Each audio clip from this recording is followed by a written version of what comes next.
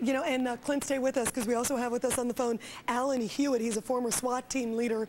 Alan, what are the SWAT teams doing right now? Well, right now they're planning a contingency plan. The first thing they'll want to do is, as they had said, you want to set up a perimeter. They'll want to start wide as they can get, and then slowly bring it in the event, you know, he's had some time to get away. Another concern that they're going to be looking at is setting up perhaps even a separate perimeter around that school until such time as they can have some type of an orderly evacuation. How difficult is it, you know, as a SWAT team guy, you could see that these guys are very heavily armed. What are they bringing in? What kind of weaponry are they bringing in? And you also see, you know, I saw, Alan, they had the shields, sort of the metal shields in front of them, obviously to protect them as they were going into the woods. It also looks like, obviously, some very strong firepower, correct? Well, they will have very strong firepower. They'll have various other types of weapons, not just you know, firearms. They're going to have stun guns. They may have some other types of smoke grenades. Generally, what they're going to want to do is, after this perimeter is set up, the SWAT team is probably going to just target a specific area once the uniform officers or tactical forces have identified a specific area they may be in. Right now, generally the SWAT teams are made up of perhaps 10-man teams. So just that 10-man group, they're going to operate together. They're just not going to go in there independently, spread out, and try and search, because each member of the team generally has a specific task. So the SWAT teams, per se, would be used as if they narrow down to a specific area to go in and get them, as opposed to some type of a generalized search. That would be the uniform officers, or what they may have as a tactical team of I guess more uniform officers that would have those type of barricades, but they may not be trained in the specifics of a SWAT team. How dangerous is it to them? I mean, they know what the guy looks like.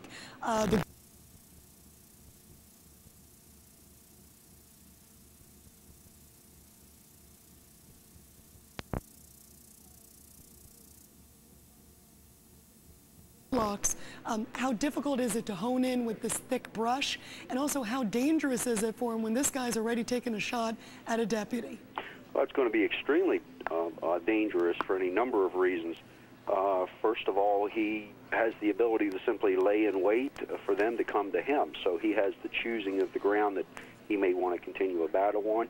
And it sounds like he may have had something in the back of his mind, or else he just every day dresses in black clothing in Florida, which sounds kind of strange because the clothing itself is going to blend in rather well with the heavy underbrush and the shading of the trees in that general area. So it's going to be extremely dangerous for him and difficult to find him unless they're able to bring in obviously dogs that they probably already have in the scenes, or else helicopters with infrared devices that may be able to identify people simply by the heat of their bodies.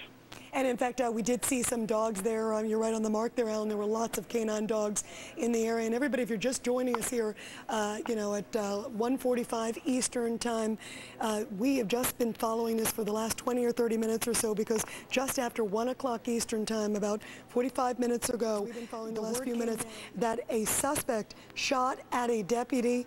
Then another officer was missing. They located the officer who was down, who was indeed injured. And in fact, they rushed him to Alan Hewett. He's the former SWAT team leader. Alan, tell us again the SWAT role here, because as you can see, as Clint was talking about, that body bunker, that shield, and the SWAT team guys are just really surrounding them. Right. As I indicated, there are several levels of, I guess, police operations. In addition to the uniforms and non-uniforms, you will have what may be called a tactical team that may consist of several hundred officers, depending upon the size of the police force, and then you would have it narrowed down to the SWAT team themselves. And those SWAT teams would be responsible for, once an area is identified, to go in and tactically either remove him or begin negotiation process with whatever HRT system that they have set up.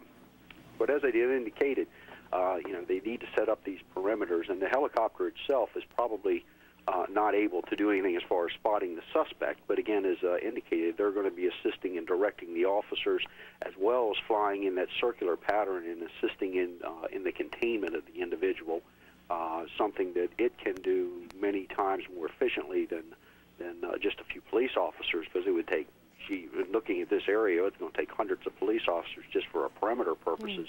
Not necessarily just to go in. Let's go to Alan Hewett, who is on the phone. He is a former SWAT team member. Alan, I'm sure that you probably just heard that report from the helicopter pilot describing the scene there. I don't know if you've been able to see any of this on television.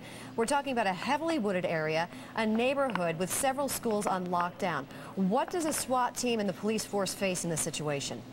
Well, again, their number one thing is containment of the individual as well as the safety of the public that's out there. And as I had indicated, one of the bigger or larger help items that they're going to have are the infrared sensing that apparently this helicopter has, based on what we had just heard from the pilot. That's probably going to penetrate more of that thick brush than anything will, and it'll keep a lot of the police officers safe. But the main thing is the containment of the individual as well as the safety of the residents in that area.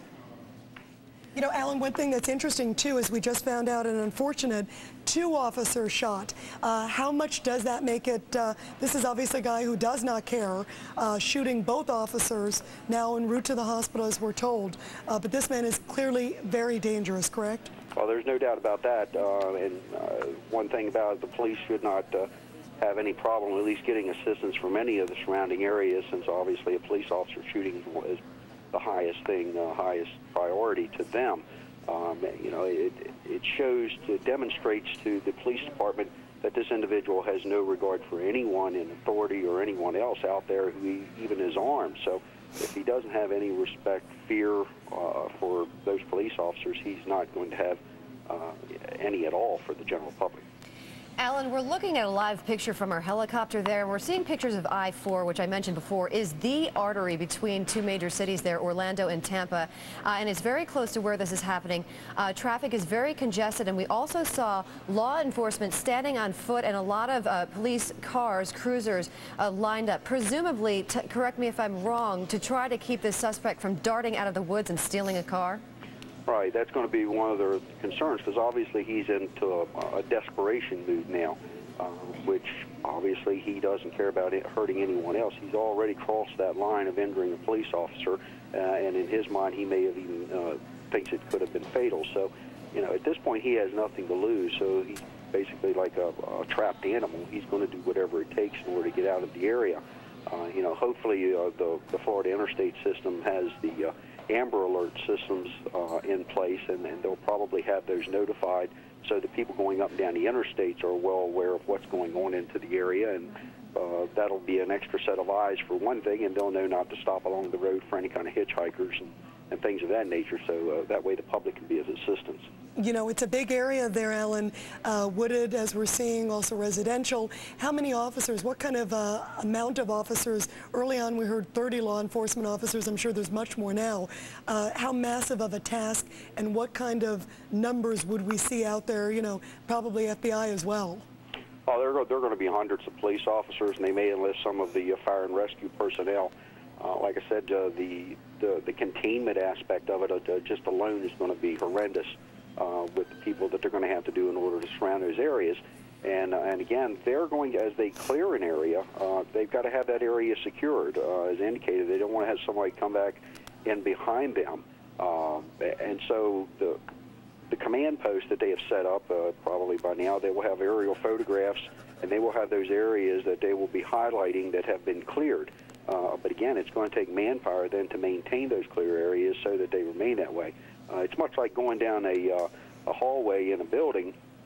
If you've checked apartment 1 and apartment 2, you know, you've got to make sure that the individual doesn't go out a fire escape and then come back into apartment 1 or 2 behind you. So you've got to make sure that those rooms are secure even though you checked them, so that they don't double back on you. No, it's a very complex situation. Alan, stay with us if you could on the phone as we're watching this unfold. And Melissa,